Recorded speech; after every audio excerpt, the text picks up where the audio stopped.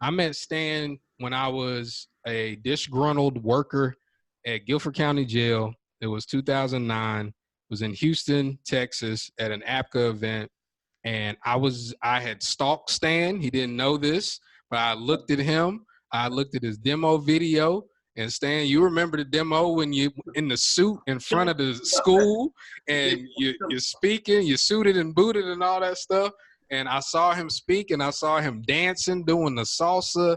And I was like, yo, this dude is different. Then when I met him in person, he was super humble. He had been speaking full time already for a little bit. He told me, he said, hey man, keep coming, keep doing your thing. He actually saw me speak. He was like, okay, you got some stuff, keep going, keep moving. And he's always been there. He's been like a big brother to me in the speaking game. When some people, you know, they don't share. So I'm just thankful for him. He's been all over the world, literally speaking. I know you're at what, 48 states, 47? Yeah, like 47. 47, spoken in the Dominican Republic and everything. He's bilingual, so he speaketh whatever he speaketh. He speaks Spanish and English. He's married to a wonderful lady, and like I said, he's got a son. But most of all, he's funny, he's real, and it's my main man, Stan Pearson. What's up, Stan? How you living? Going on, man. Great to be here. Thank you all for having me. Thanks for taking the time to be here, because hey, that's half the battle. It's showing up. For real. Sounds cliche, but it's the truth. It really is. And I just want to jump into it because I want to give people some time to ask questions if they have them. But kind of give us your backstory about how you started speaking, you know, in the market that you spend most of your time in today. For sure. So I was working at a university called Texas A&M International University in Laredo, Texas, on the border of Mexico. And my job, I was associate director of student activities. So it was our job to, again, work in student affairs, take students to leadership conferences. And long story short, I just began to see that I really enjoyed, you know, taking students to places, presenting when I had the chance to. And I was leaving this room after a presentation. Someone was like, so what do you want to do? I was like, I'd like to do this. I didn't even know, you know, I knew that you get paid, but it never occurred to me that I could get paid. And then then like a week later, I got a call from someone who knew her. And they're like, hey, we heard you're a good speaker. Would you like to, to speak at our leadership academy? And they had never even heard me speak before. And that was the beginning. I think I got my first check for $700. Man, at the time, a check for $700? Man, are you kidding me? It was crazy. I'm like, yeah, I have to find a way to do this forever. So that was the beginning. And I just began to leverage my place in employment. At the time, I had a great boss that helped me do that. And that was the beginning. So I was working at a college. Working at a college. So I know it was a minute ago. I know it was a long time ago because you've been in the game for a while. But I want to emphasize that for context because it's important, you know, sitting in the seat that the people that, you know, book you or that are connected to the people that book you. How important would you say that was for you initially getting started? It was extremely it was extremely important. It was extremely difficult at the time because it's one of those things where if you are at your gig and you're starting to let's say mature out of your position, you might be getting promoted. Everyone is kind of excited for you until you begin to get promoted.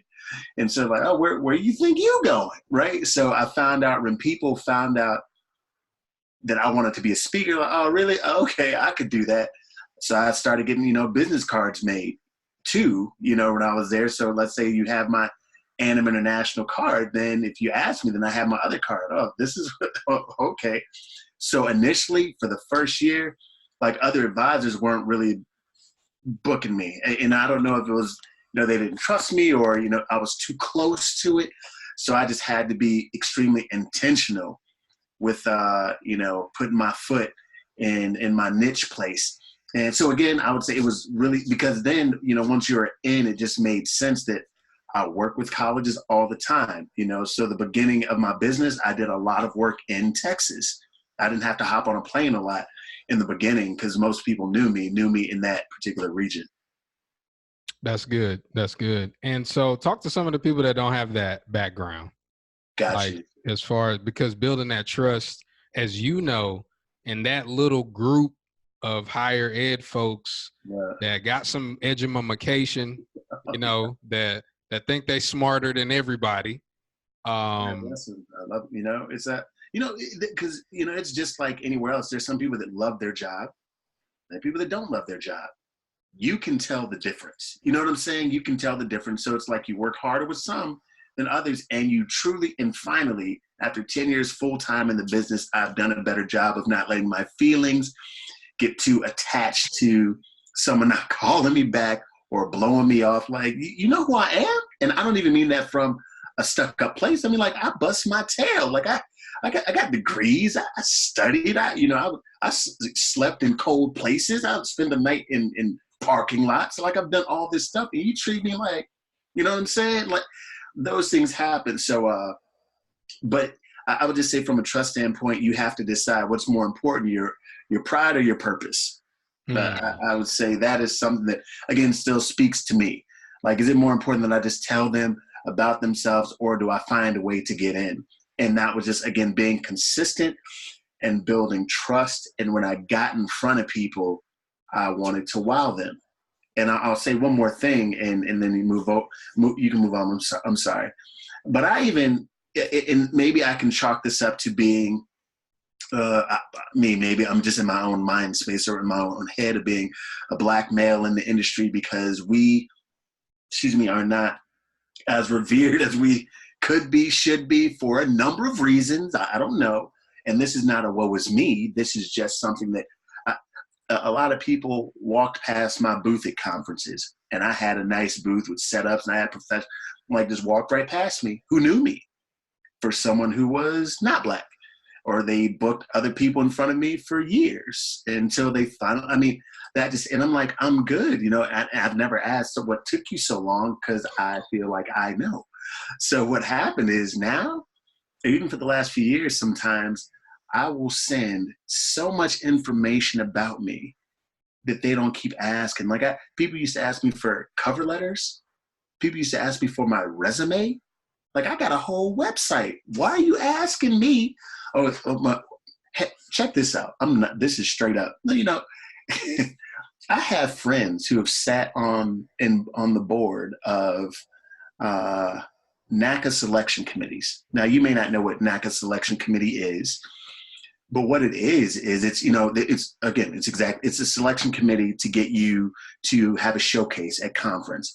I've had friends, and a part of the thing is, like, listen, if you know someone, then you cannot speak on their behalf. But what do you think the other people in the room are doing when someone else comes across? There are people that I know personally that would not speak up on my behalf for whatever reason. I don't know. They might tell me, if your video was just a little bit better, what else do I have to anyway? So I just got to a point where I'm like, my videos are just gonna be dope. They're just gonna be. I'm gonna just make my videos as dope as I can. Was it frustrating at first? Yes. But now I'm better at video editing. I'm better at spotting what it takes to make a good video. I will, without being asked or prompted, I'm just going to send you my resume. I'm going to send you my acting resume. I'm going to send you my professional resume. I'm going to send you my video. I'm sending you everything, so they can be like, whoa. But you don't have to ask me for anything now. So that's just a heads up. Could be my paranoia, but just because you think just because you think they're after you doesn't mean that you're that they're not. Exactly. And I want to go into, something is kind of related to what you said, and I mentioned it when I introduced you. When I first saw you suited and booted, you had the suit and tie on. And when we started our relationship, I saw the change.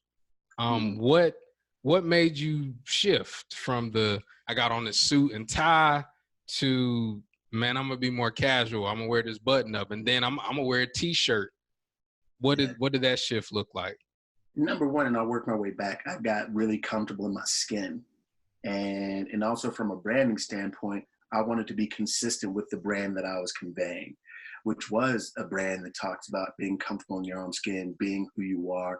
And aside from that, just making sure I was a person that connected with my audience, because I knew that from the time I walked in, that's when the presence in the physical standpoint, the moment you walk in is when the presentation begins, period. People are already watching you. They're already wondering who you are. And I don't want and there's already enough barriers there. So even if I'm speaking at a corporate event, it's one of those things where I'm either like really dressed, like I'm trying to blow them away, or I'm like just slightly casual with a few, colors that are going to pow. Oh, whoa. I'm in control of the narrative is what I'm trying to say. So initially I'm like, well, I got to be in a suit, got to be, but my audience wasn't responding to that, nor was my message. Because if I'm funny, I'm outgoing, I'm engaging, I want my attire to at least meet me halfway, so my audience believes it. Otherwise, it may come across as disingenuous. And there may be some times where I still will rock a suit, but not as often, because it may be, some fun slacks or jeans and a bow tie, so I'm still going to shake it up. But I think that's kind of what the evolution was. Like, listen, people really aren't trying to see what's up in a 3-piece suit, it's unless, again, the event calls for it, unless that is your brand, then try something different and just see what works. And kind of connected to that, I also saw, because there was a stretch, man, I don't remember the years, but it was like a couple of years where because that's when Sierra was traveling with me a lot. Yeah. And we would be like in New York. We talked about New York, APCA. You'd keynote New York, and I'd do some workshops, and I'd be there watching you. Then we go to like a Minnesota conference. You do a keynote, I do a keynote. We go to a Florida. It was like 3-4 events where you was there. And one thing that I really enjoyed, and I'm a student of the game, and watching you go from, oh, I'm engaging, I'm kind of funny, to I'm gonna craft this story around this that seemingly has nothing to do with what I'm talking about. It's just hilarious. Then boom, I smack you with some points. Yeah. Talk about that integration of comedy and storytelling. Was that something that you always wanted to do, or was it like a progression? Yeah, always wanted to. Always knew that people paid attention to laughter, but I wanted to be taken seriously. And that's the issue sometimes you'll see from a comedy standpoint. I love Dave Chappelle, right? There are other comedians I love, but he's extremely bright. If you really think about what he's saying, like, oh man, he has a point. And I wanted to make people laugh and think at the same time. Initially, it was kind of like, oh, that was kind of funny. And then I would just move on with my talk. But then it came to a point where I wanted to be more intentional, because the more intentional I was about, let's say the funny, the more intentional I could be about the message, and then tying them together. And what I would say in storytelling, an emotional roller coaster. So there are stories where, it may start off kind of sad, like, golly, and then you're laughing at the end of the same story, but or the entire story's sad, but I'm just using that as a transition. So now I can make you happy again. Like I'm in control of that entire narrative. And that's what I want folks to be as you watch this, or you kind of studying your craft, thinking about the kind of presentation you have or want to put together. It's really being intentional and in control. I'll share this idea. I'm thinking about writing this small speaker book I think it's called like Hold the Room. Either hold the room or hold the stage. Because I think there is an art form to controlling the room. Once you get in the room, once you get on the stage, like all that is your playground. And the story helps you keep people, right here. So anyway, yeah, I just focused on being really intentional about the laughs, and it not just being, a funny story. Because there are a lot of stories there's some stories that I enjoy telling more before, but I just don't share them because they don't have the same impact. They don't make the same sense as I want them to, or as they tie in with my story. So, yeah. Yeah, and I think that one thing that you said, making it your playground. We got to have fun doing this. I mean, and whatever you talk about, I know we got Shantia. She talks a lot about, making sure that you see yourself well, and self-image. Getting over imposter syndrome is something else that she talks about.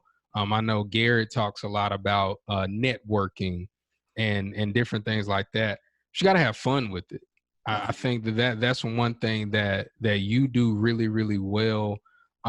So help some of the new speakers that have been watching this live or watching the recording. When you're prepping for a new speech, like, what does that look like? Do you have like, okay, I'm going to call this, leadership, Stan's leadership speech, new leadership speeches they want me to do. So you got your opening, like, how do you structure it? Do you insert jokes? Do you create jokes? What does that look like? Yeah, so I always tell folks to work in 3-5-7. And by 3-5-7, I mean those are the points that I feel professionally, personally, are easiest, especially to help you stay on point when you're delivering a talk, and so you're not behind, so you're not behind a podium, right? So, and why is it 3? Because there's morning, noon, and night. You can always tie something to, if I want you to do something, you can do that 3 times a day. There's 5 days a week, a business working week. There's 7 days in a full week. So there's like, okay, you can do you can do this 1 time a day. You can do this 5 times a day. You could take 2 days off for the weekend. You can do this morning, noon, and night. So then it's easier to task people out and give them something to pay attention to. That's number 1. So in terms of, once folks find what they want to discuss, right? So you're talking about the networking piece or imposter syndrome. The best way is always, and some people use other folks, and you can know famous people, but there's nothing like, people watching the person they see presenting being what I had trouble being in the beginning, and that is being transparent, being vulnerable. And we talk about networking, like, have you ever, seen someone and not liked them and didn't even have a reason to? That was me, like I could see somebody in the room and not like them just because of what they had on, because other people liked them. And then come to find out they were a great, that kind of stuff, but being able to relate.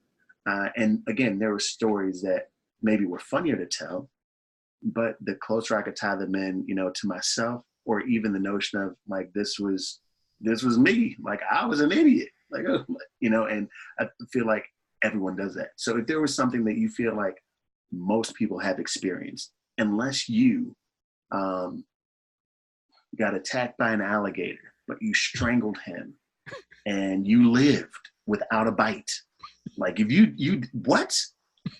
Tell me more. Like, you know what I'm saying? Like, tell me. But outside of that, it's like, all right, how is this person like me? Before, when I first started talking, I feel like I just had to be like perfect. I couldn't express it as this motivational speaker. And I put that in quotation marks, but as a motivational speaker, it's like you just had to be perfect. That's what I thought. Like, that's not the person people relate to, again, until you're famous. Then they want you to be perfect until you're trying to commit suicide. But then they want to be able to pick you up. But that's another subject though. But anyway, so that's my point. So work in 3, 5, or 7. And I'm telling, please, like, you don't really have to, unless you already have. It doesn't have to be 101 ways to XYZ ABC. Because when you're talking about 101 ways, you got to remember all those ways. How many stories can you tell? How many 100 stories can you, or where do you put the story? Whereas if you have 5, I'll tell you one of my main talks, the 5 points are: be creative, be your own best friend, be present, be consistent, be resilient. Those are all things for people to be. So now I can talk about how you can be creative, how you can be your own best friend, how you can be present, be consistent, how you can be resilient. So people are following along the entire way. And the actual, the segments tell me the story I'm going to tell next. And depending on the audience, I might switch up the story based on the audience. That's it. That's good. That's good. So how do you make it funny? Because you've done stand-up comedy, Trevor Noah stole your joke. I'm glad you said it. I don't want to, as long as someone else says it, then it's Trevor Noah. I don't know if you still have that video up, but y'all, I'm telling you, Stan, I think you mentioned it, but then you shared the video, and I was like, yo, for real? Trevor Noah, hilarious. He's a genius. But somebody on his team saw your video and was like, "Oh, Trevor, this would be funny." But Oh, shake that on with that. yeah, It's funny. shake it off. Shake it off. It's still posted, but I deleted it from my hard drive the other day. Anyway, go ahead. That's good. But how do you make it funny? Because I told a story. I used to tell a story. I don't tell the story anymore of a fake fight I got into. Yeah. So it's from actually something that I wrote a long time ago about, you know, my girlfriend at the time, who's my wife now in college, her ex, Yes. and how we was about to get into a fight, Yeah. but we didn't. But in the story, I Right. make it like we got into a fight. For sure. But I don't tell that story anymore. But the first time I told it, it hit. It just, people were like laughing. I had pictures, you know what I mean? Yeah, They were just laughing so hard. And I kept telling that story. That was early in my career until I got, you know, more stuff to tell. Yeah. But how do you know when it's funny? Man, you know, it's like anything. You try things out and see what sticks, as you said. But I think it's really important to be willing to call attention to the obvious. Like a lot of comedy is calling attention to the obvious and then sometimes embellishing that obvious, right? Or creatively writing that obvious. So practice that in conversations. I do that. I did that as practice. Like calling, is it dark in here? My bad, hold up. I'm like, is it dark in here? My bad. I'm like, the sun went down. My fault. Wasn't trying to set no ambiance.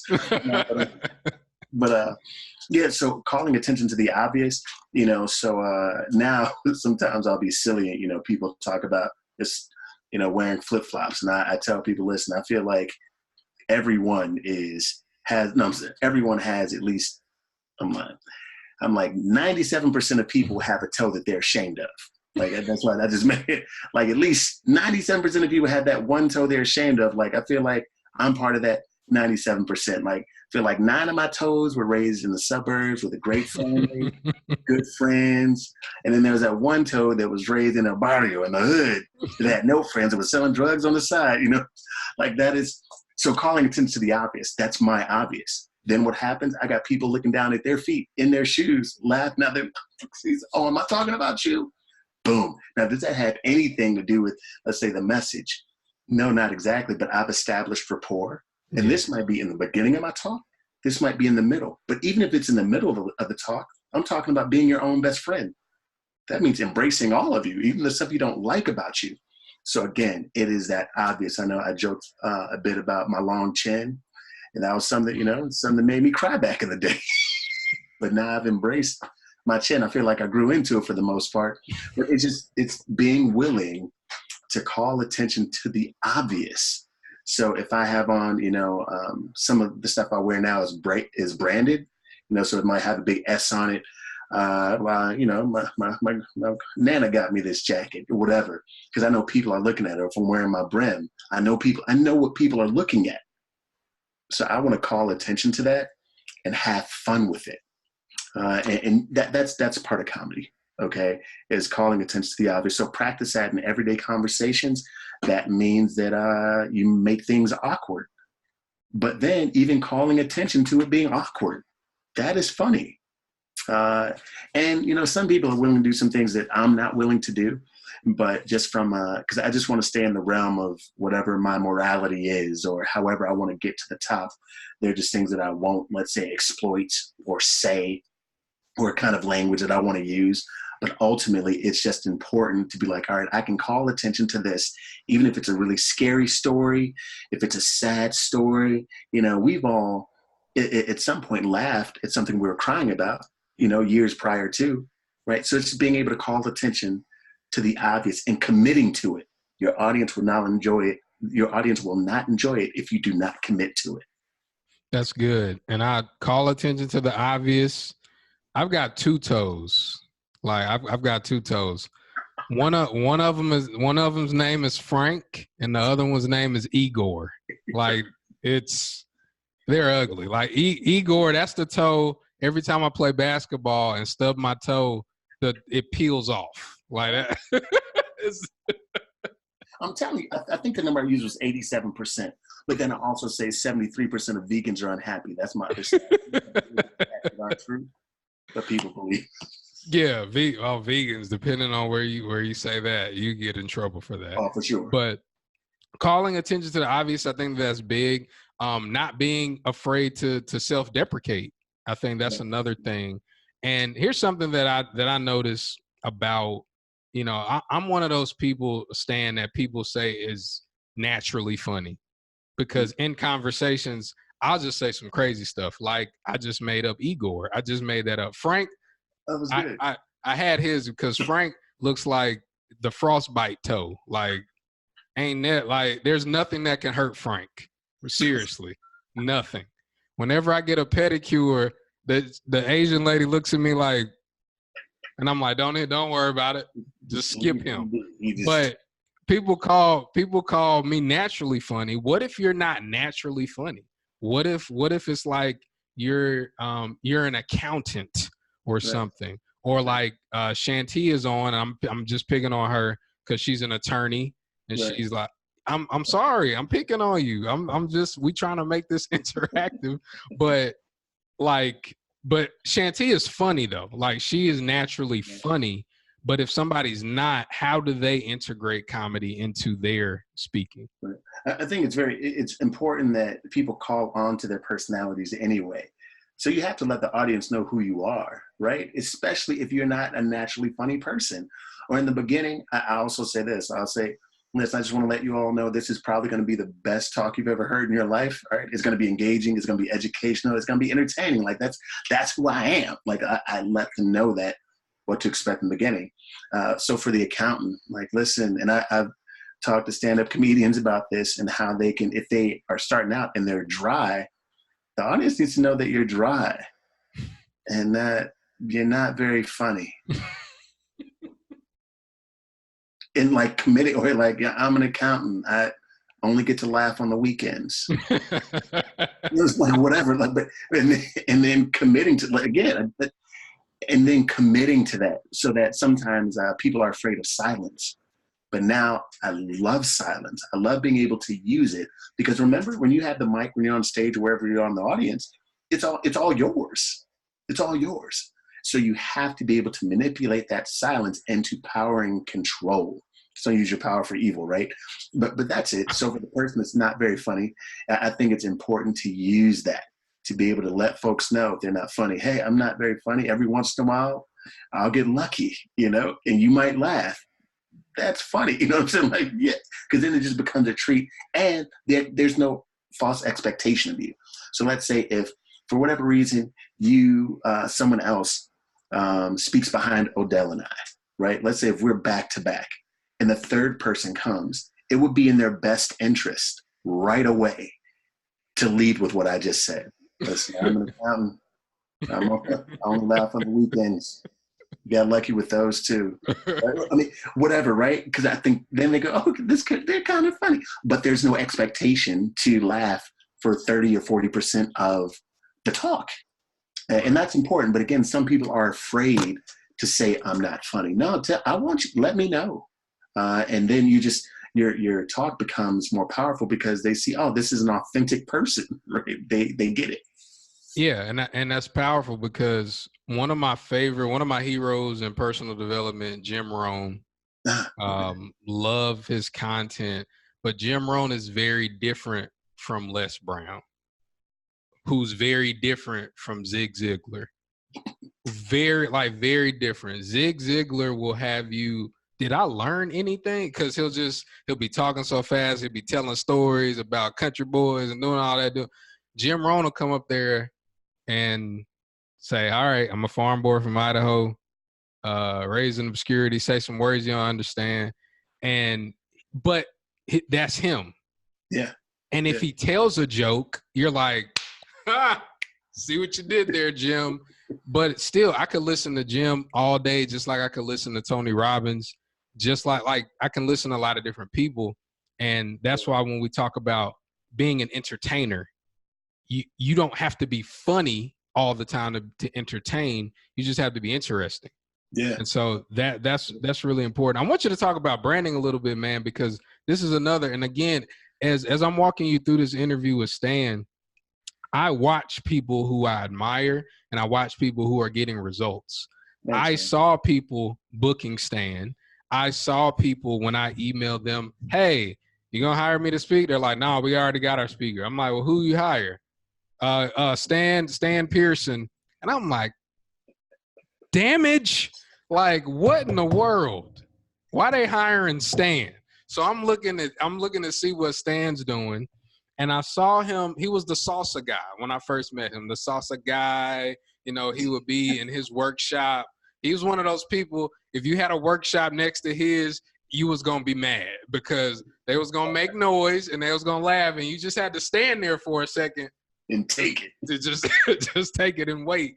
So he had people dancing, they'd be all fun and stuff. Then a slight shift, I saw you go from just a salsa guy to am I too sexy?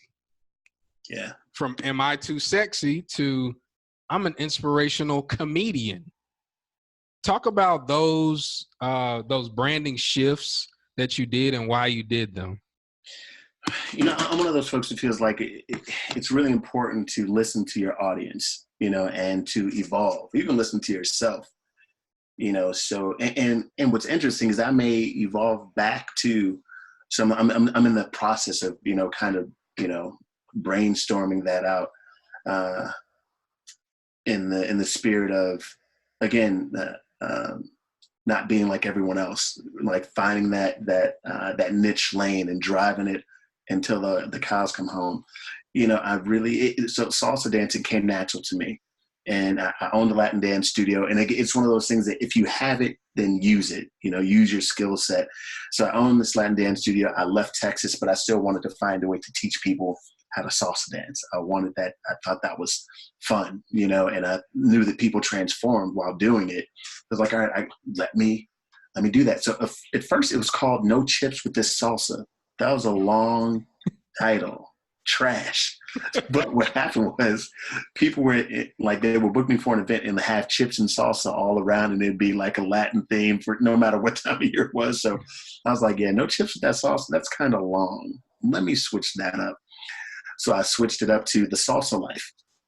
So SALSA stood for an acronym: supporting, acting, learning, striving, and accepting. Again, that's 5, right? It's really easy for people to understand. They don't have to guess what it is. Oh, it's salsa dance. Are we salsa dancing? No, you'll find out, right? So it was something there. I'm actually thinking of changing the name, like that being a subtitle, and the title of it being called May I Have This Dance, or something like that.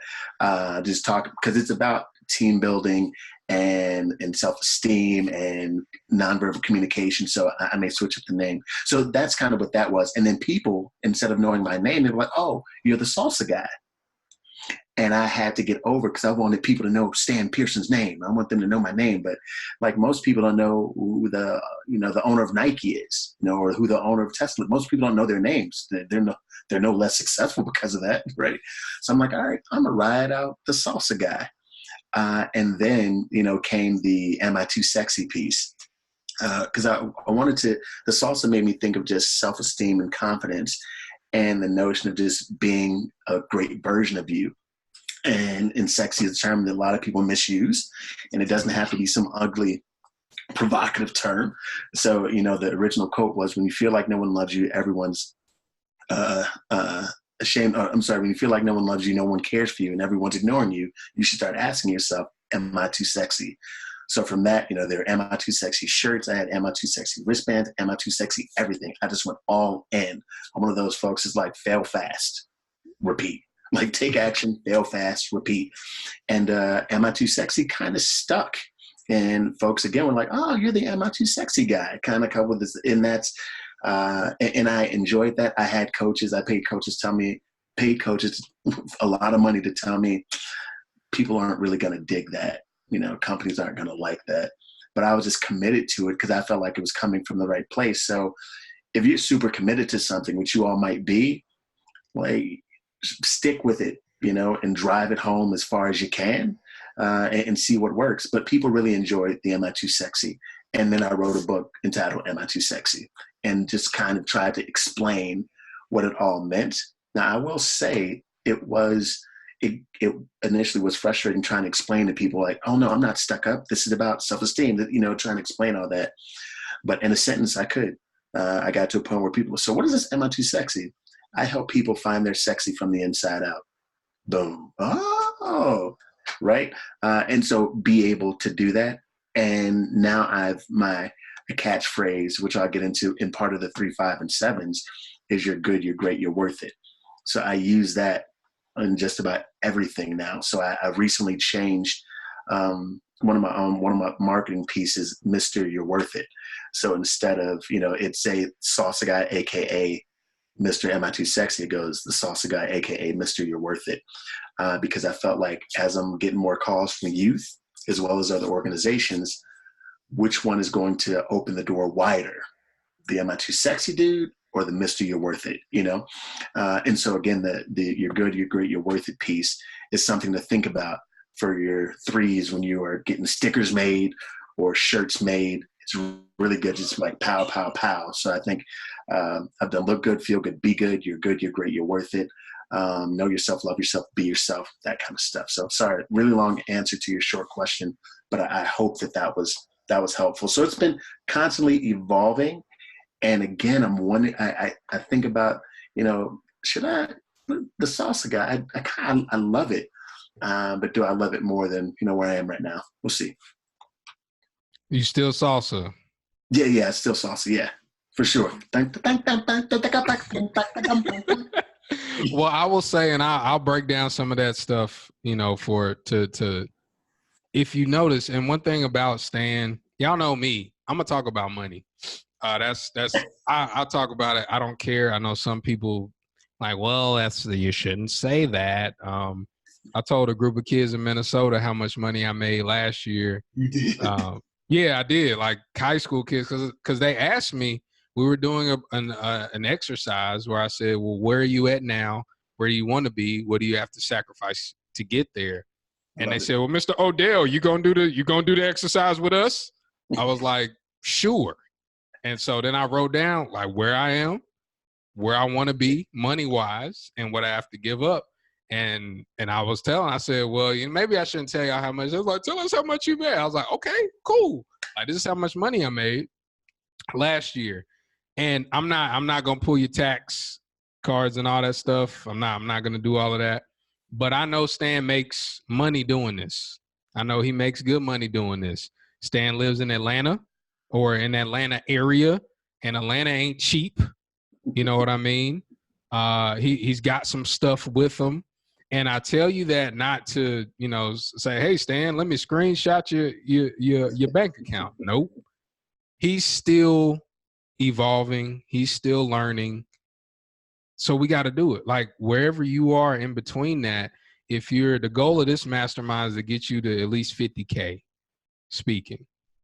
Stan and I have both done that over and over, multiple years.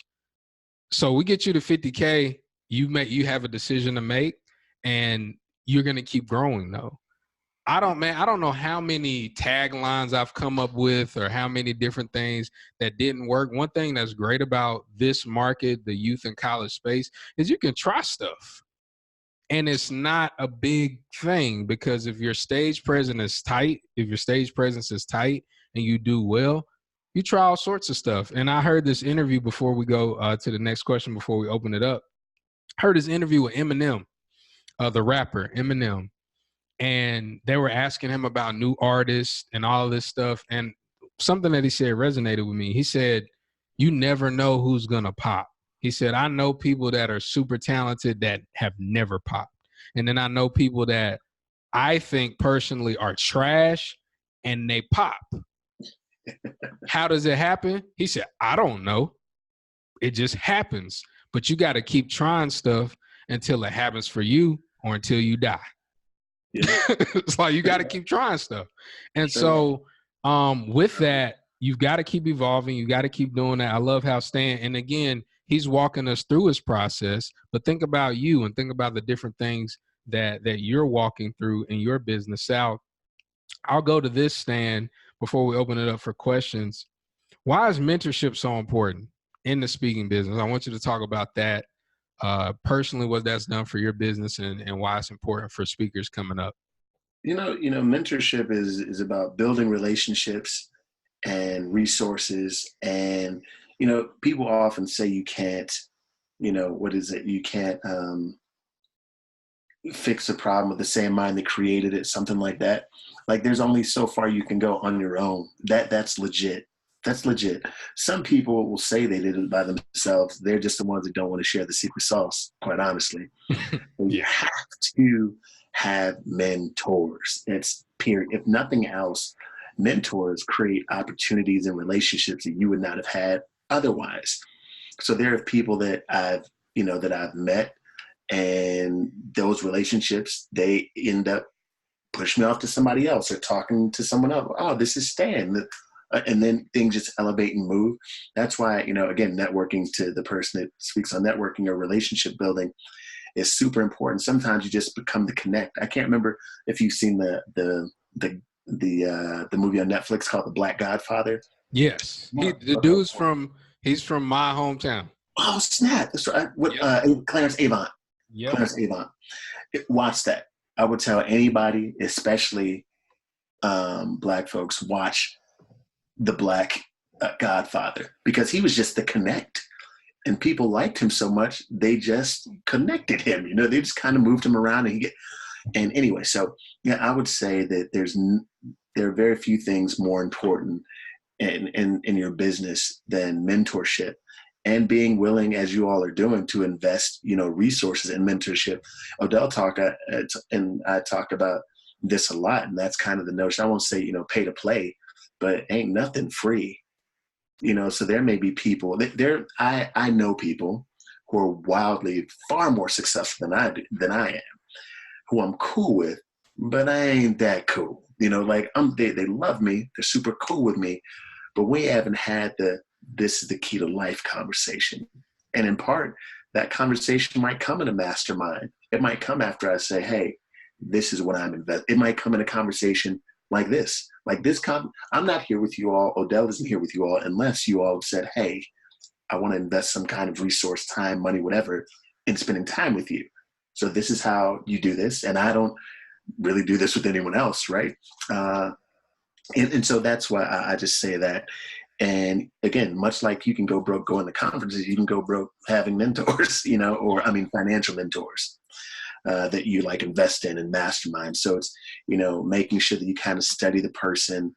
And obviously, as you've done with Odell, and because there's so many folks out there. And if you're on step 1, or even if there are 10 steps and you're on step 4, does it make sense to try and get to step 50 right now? Nah. So, if you're like, I want this person to be my mentor, they will, if you had the money, they will take your money and run. They will give you a bunch of information that you can't benefit from now. You will be overwhelmed. It has happened to me, right? You'll be overwhelmed with information that you can't do shit with. Now what, right? And that's also something that breaks people. Let's say you get this, mentor that is not even, and as much as Odell can speak to you all about, and beyond what we're talking about right now, he is speaking to you all about the very beginning. That's what we're talking about right now. This is not a conversation about once you've made your first $150,000 and what to do. That gets a bit overwhelming. So when people are having that kind of conversation, or you haven't done 7 figures yet? It's like, oh, I haven't gotten my first $3,000 check yet. I'm not built for this. Now you broke yourself. You know what I'm saying? So there's also that process of knowing, what you're ready for, what you're built for, but certainly invest and continue to, as you have, in books and podcasts and masterminds like this. The best information you'll receive, unless you end up with a personal friend who's well off or successful, happens in these masterminds. I'm telling you, the secret sauce is in these. Nobody's taught. I'm telling you, that's just it. That's just it. For sure. And that I love what you said about the steps. If you're on step 4, and then, if it's 10 steps or whatever, you and I both done it. It's like, oh, I'm going to do this. I'm gassed up. And it's like, they're telling you a lot of great stuff. Then it's like, oh, wait, I got to have $10,000 to do that. Yeah, I'm out. I can't do it. Thanks. When I get there, I'll do it, but I can't right now. And I think what's important is to make sure that you're doing what works for you and doing what works for everybody else. And I'll share this before we go into Q&A. I read a lot and I listen a lot. And one thing that I've learned, there's some people that are super high level thinkers. There's a guy that you and I both know. I've had him on my podcast, Tom Kriegelstein. Oh, okay, yeah. Tom is one of those. He's gonna talk to you up here. And if you don't know, like when I first met you, I met Tom too. Okay. And Tom said some stuff, and I was like, okay, wow, cool. But you were more like, hey man, look, you do this, you do that, you keep coming, and you're good.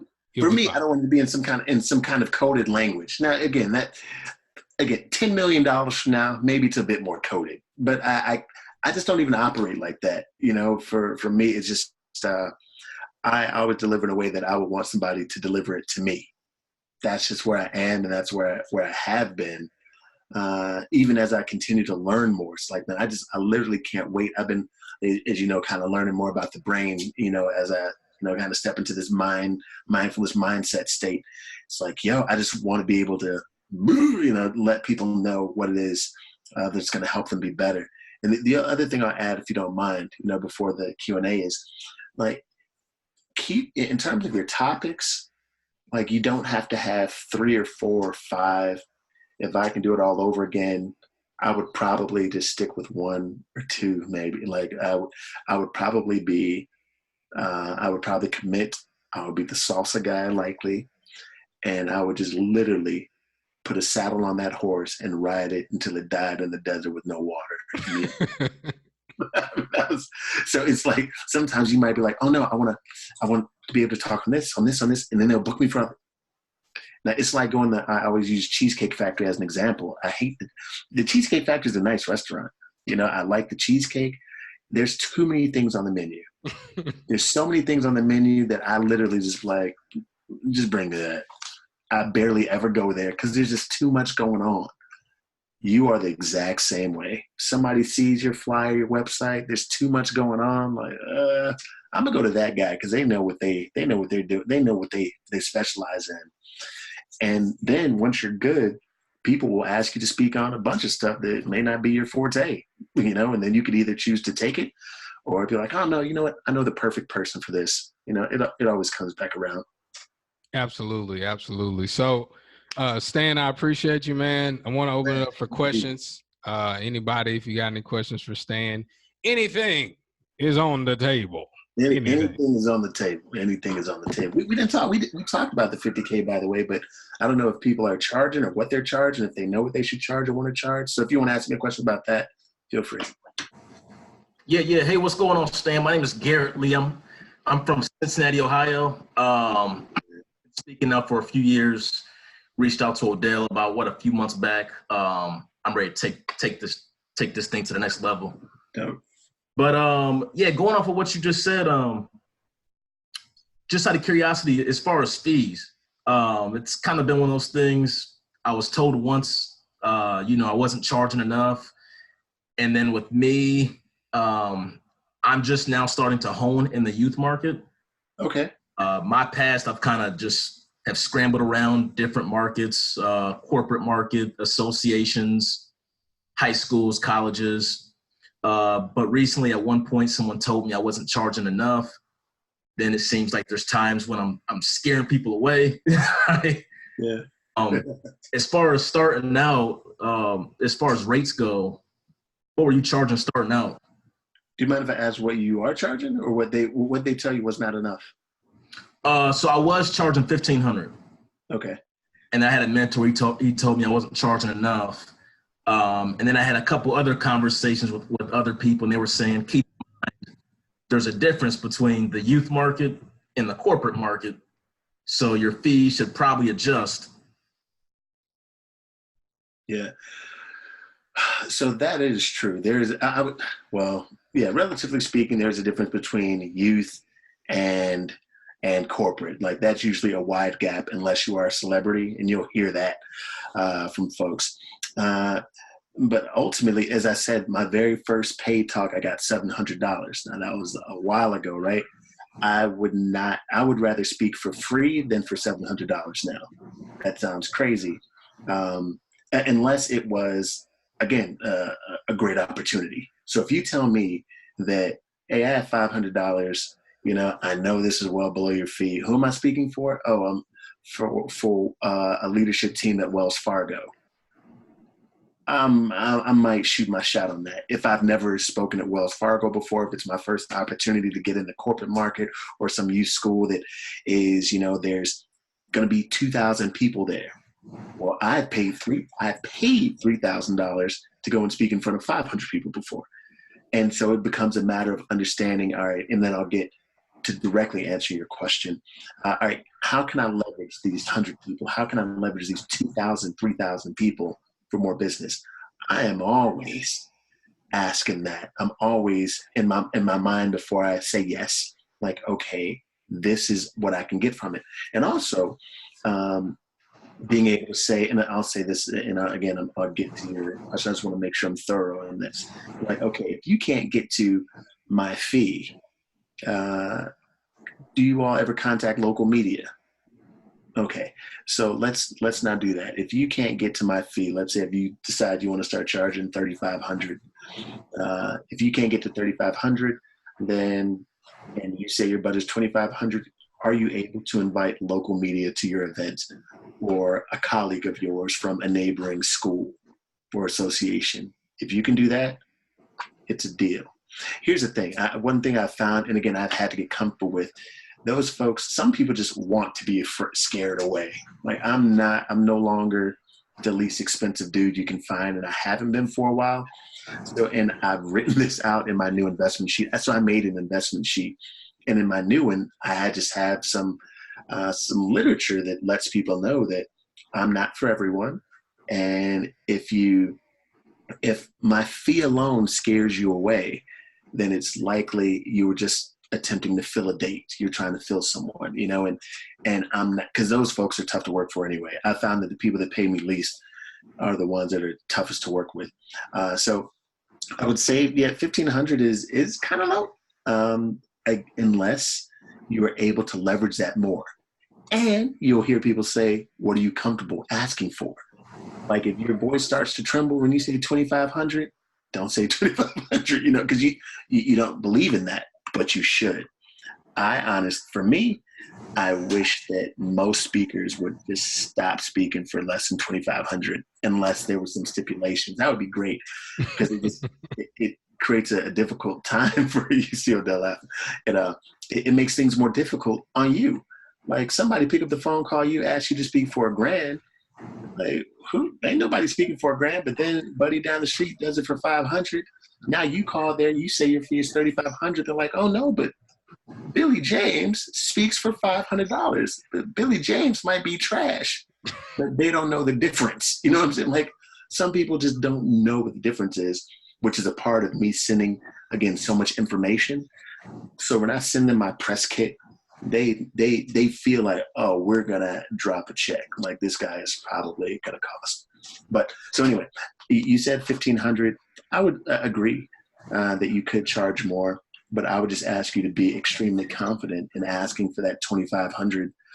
2,500 I think is a nice round number that is not astronomical, and or be willing to say, okay, if they absolutely cannot do 2,500, they have to do something, and be willing to say, this is what I've done. This is who I am. If you can't meet me here, then can you do this? And maybe you have that typed up already, so you can just shoot them a message or be on the phone with them and it just be part of the conversation. But those who get scared away by cost want to be, because you can start up and come down. You just can't go up. You know what I mean? You can be like, I'm 1,000. Oh no, I'm 2,500. No, Pam. You're 1,000. And I've done that. Matter of fact, recently, I think, what was it? I think, it was like 30 pounds, like, oh, matter of fact, no. She said, I think it was in Miami. It was somewhere in Miami. And they're like, what's your fee? And I knew I was going to be down there. And she's like, our budgets are kind of funny right now. I said, typically it's $3,850 for what you're asking for right now. She's like, I can tell you right now that at $3,500. I'm like, cool, I'll do it. I like Miami anyway. So it's like, you can come down. But if I said $2,500, I was dead. I missed out on $1,000 because I was being shy. Nah. But, again, it does happen, but I'm also at peace right now. And I've been working on my peacefulness, right? But I'm grinding so hard that if I scare somebody away because of my costs, they weren't meant for me. Like I need to go, but if you're trying to eat on this, some people go for bulk. Like Odell and I have been at conferences where there are guys, these singer-songwriters, God bless them. Odell may, book 10 dates, for $3,000, $3,500 a piece. I don't know, whatever, right? But the singer-songwriter might have 30 dates for $800 a piece. $800. Like, why would you do that to yourself? And they're driving everywhere. So it's, there's, it's just important that you price yourself where the market is. And some people somehow are still clueless about the market, and what it's priced, but we have to help them. So I don't know where you are in your journey, if you're speaking full time yet, or if it's part time and you have a gig, you can afford to say no. You can afford to negotiate because, everything is not weighted on this, which also plays a part in that. I hope very long answer to your short question, but if you need clarity, well, this will be on tape, so you can watch it. Yeah. And then also, can you talk about marketing? Odell kind of teaches us, marketing is the long game. He teaches us how to, do outreach. He gives us lots of great templates to work off of, how we can build those email campaigns. Basically just to constantly just reach out and ask people to book you. What were you doing early on, and what are you doing right now to market yourself and to get yourself out there? Great. So I've gotten back to the marketing game heavy, again, being more intentional. Early on, I was at conferences. So when Odell talks about he saw me at some, like I was out there. Like, I mean, it was, again, that notion, there's a guy named Grant Cardone that everyone doesn't like, but when I heard him mention omnipresence, when I heard him mention that word, I'm like, yeah, like the notion of being everywhere. So people are like, yo, did I just see this dude? Then you go on social media, dang, he's there too? Yep, I'm everywhere. I'm so many places. You gotta finally go, what's up? Who are you? Which I find out that people do. I usually find out by accident. People are like, I've been watching you. I remember when you had on the black shirt. And I did not even know they were there, but they were watching. So, but I decided to go to conferences so people can get a chance to meet me, because there is no replacement for that. I got to be honest. Like, it's meeting people face to face. I'm good at conferences. I got burned out from them, so I've just taken a break from them. I'm probably going to start again. But being at conferences is important, because then at least you get a taste of it, and you get a chance to see your audience. They don't get a chance to see you. You get a chance to see them. Like, these are the people I'm trying to be around and touch and talk to and build relationships with. Okay, I get it now. I think that's really important. So at some point, if there's some kind of regional, local, whatever conference you can go to, do that just to be a fly on the wall, not even maybe asking for business unless you're a vendor. But there's a creative way to even do that, based on your message. And again, I end up getting really big on stickers. People love stickers. Adults love stickers. But a sticker that makes sense, that has a quick message on it. My stickers say, you're good, you're great, you're worth it. Quick message. Who doesn't like that? Or something fun, they're going to take it, right? That's number one. So if you're willing to do that, again, a lot of folks are the APCA piece, or a couple folks at the APCA piece. That FaceTime is really good, because these organizations can be cliquey. They can be. So it's just good to be a part of the family. Otherwise, as Odell stated, or as you mentioned, the templates, the reaching out and providing content, like being helpful. That is what people, so you give them a reason to click. And I'm finally in a place now where I'm telling people what I'm doing. This is who I am. This is what I do. And then I'm starting to do some more articles on LinkedIn or Facebook or posting on Twitter or whatever, links about, hey, 5 reasons to break up with yourself.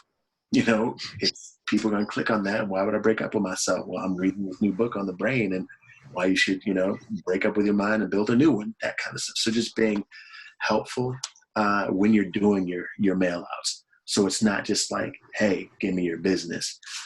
Some people are just, again, everyone doesn't love their job. Everyone isn't like, yo, yeah, you're great. I need you. What is this about? But if your headline topic in your email is, 3 ways to make your boss love you. I don't know, whatever it is, more likely to click. You've given them some content. And then at the bottom, there's booking information. To learn, usually what I put on the bottom of mine is to learn more about Stan, click here. Or, to watch Stan in action, click here. Like those kind of subtle hints. And then, once every other, few emails, I was like, yo, book me. This is me in action. Ta-da. But the rest of the time, it's just kind of content. And last thing, and I'll shut up, and you can ask another question you have, and I'm sorry, is my social media now, when I'm not posting about what I'm doing or content in some way, I'm really intentional about my branding being on there. Like social media isn't just to be social. So the majority of people will just use it for a social outlet. That's cool, but we have a free avenue to build our brands on. So I would say from now on, all of your social media should just be content heavy. Like, what is this guy doing? Like, they should feel like they know what you do. They know how you do it. Every once in a while, you'll share a picture of you having good times. Oh, man, he does some cool stuff. Oh, that's dope. But the rest of the time, they don't ever forget you, because that's also what happens. There are people trying to speak all the time. Some of them are not very good. But if they get to that person before you do, guess who's getting the check? So you just want to always stay on top of mind. So I hope that helps as well. Hey, Stan, real quick. Shantia asked, and she put it in the chat, so I missed it. But what does self-care look like for you, since this is a hustle grind that doesn't stop? Yeah, number one, being really intentional about the self-care piece. Before, it would just kind of happen on accident. You're like, I get to go hoop today. That's right. Oh yeah, I'm going to hoop, right? And so I'm like, listen, this day and this day is gym day. This time I get up in the morning, like there's a little bit of, meditation time, a little bit of this audiobook time. And I do love salsa dancing. I don't do it as much as I used to, but I will certainly make time to put on that music to do it. So what self-care has become now is just more intentional. Before, I had the luxury of it just happening because life was what it is. And Shantia having, little ones, she knows, like, it's now we just have to be more intentional about what that time is. Is it obviously waking up earlier? Is it staying up later, to make sure I get that time in? I've just become, let's say, a more mindful individual, like mentally health. I'm more mentally healthy because I'm much more intentional about that self-care piece, because this becomes more, my mind has become more important. And I'll give you some book recommendations you can ask, but again, a couple that I've been on recently, a couple audiobooks. I don't know if y'all know who Hal Elrod is, but good, great dude, a friend in the Miracle Equation, that audiobook. And the one that has just been rocking my world, it's called Breaking the Habit of Being Yourself. I'm going to be blogging on this and doing videos about this and putting little clips about it too. That's another thing. They talk about repurposing. So we don't have all the content in the world, but man, what a nice guy I am to take someone else's book and then give you the cliff notes for it. God, that's man, right? Some people are not going to buy a book or whatever, right? Or buy this book. They don't want it. But what they will do is they'll tune in for these little clips and piece I have for it. But anyway, the book again is called Breaking the Habit of Being Yourself: How to Lose Your Mind and Create a New One. Man, who's that by? Dr. Joe Dispenza. Man. Shantia, definitely. Do it. You get into, they talk about meditation at the end of the book and how to, work those things in. But I just started listening to it maybe a month ago. Yeah, maybe a month ago, 3 weeks ago. And I've seen a change in myself. I've seen a change in myself already. And just my mental capacity and stuff. And again, this up here, I'm realizing is just so much more important than everything else when it comes to the self-care piece. Man. So anyway, I hope that helps. But again, I'll be doing little blogs on this. So if feel free to ask me in a couple days about more about the book. But I post little clips about it too on Instagram. Yeah, make sure you follow Stan. Stan, how can they find you on social and connect with you on there? Cool. All my social media is at the real Stan P. That's in case someday somebody wants to be the fake one. But it's at the real TheReal STANP. The Skeeter's getting you. Yeah, man. The good nats. The good nats. Oh, the good. I hate them. I hate them. I hate that. Anyway, but yeah, and my website is just stanpearson.com. I'm guessing all you all have your websites right now. They're $11 a year. So even if you're thinking about your brand, it might, obviously, I think you should own your name. I always tell people that own your name. But aside from that, if you're thinking of a possible brand, go ahead and buy the URL. You can always sell it, let it go, but it's worth $12. If you're thinking about, you know what, I'm going to give this one to you, my guy. I don't know if you're thinking about it, but I was thinking of the term youth spurt. I'm still kicking it around, but I didn't buy the URL. I don't even know if it's available. But, like a youth expert. But I was thinking about youth spurt. Just because folks are trendy that way. They like things that are kind of gimmicky, but still simple to understand. Or as you all start in marketing wise, using the hashtag, you might use it, because I know you in the youth market a bit, you may use youth expert and be willing to call yourself that. So I think there's a woman who calls herself the LinkedIn expert. A lot of people don't want to use that term, but F it. I'm good at what I do, and you're better than me. So I just want to keep the real Stan P, because I thought about public speaking expert, but I started using that hashtag every once in a while because folks might end up seeing you. So yeah, be willing to use youth expert or youth spurt. There's no trademark on that, and just kind of see what happens. Call yourself that. You could be the youth expert. It's up to you, if you're concentrating on youth. Like, who's going to tell you no? You know what I'm saying? For real. There are checks out there. And here's my line, and then I'll shut up. Let's say any other questions. But there's money out there. Odell and I have these conversations all the time. A lot of folks will say they don't have money. Part of it is helping them find it, teaching them how to spend it. That is also a part of it. But just continue to make good content that's helpful, in the midst of asking them for your business, and it'll come. So, for congratulations in advance to all of you all. A lot of people, the difficult thing is not getting in the speaking business, it's staying in the speaking business. But as long as you're, connected with somebody like Odell, you will be here just as long as he is and beyond. Just do what he says. Do what he says. That's really important. You could find your own way if you want to, but a hard head makes for a soft behind, what my dad and my mom usually say growing up. So it's just do your best to be like, all right, he said do this. That's what I'm rocking with. You know what I mean? It's just easier that way. I'm much probably, I don't know about Odell, but I know that I spent a lot of money doing the wrong things, and you just don't have to.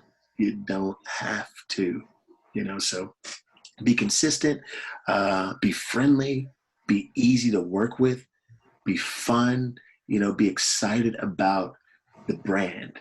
I'm excited about, my brand. And if you hop on the phone with someone and you're not excited about it, they won't be either. Again, that sounds cliche, but it's true. It's true. Especially for us. If you're a person of color on this, if you're Black, if you're a brown person,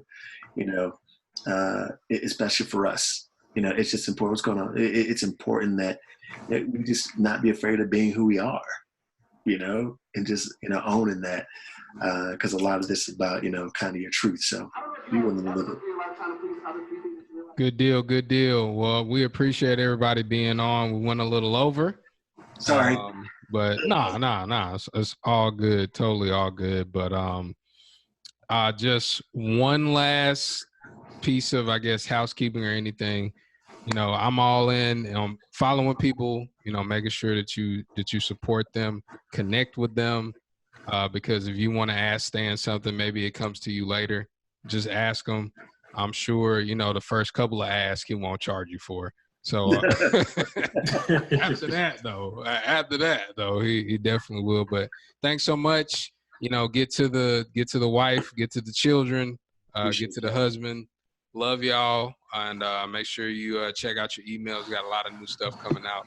Take care, and I'll holler at you. Great seeing y'all. See y'all around.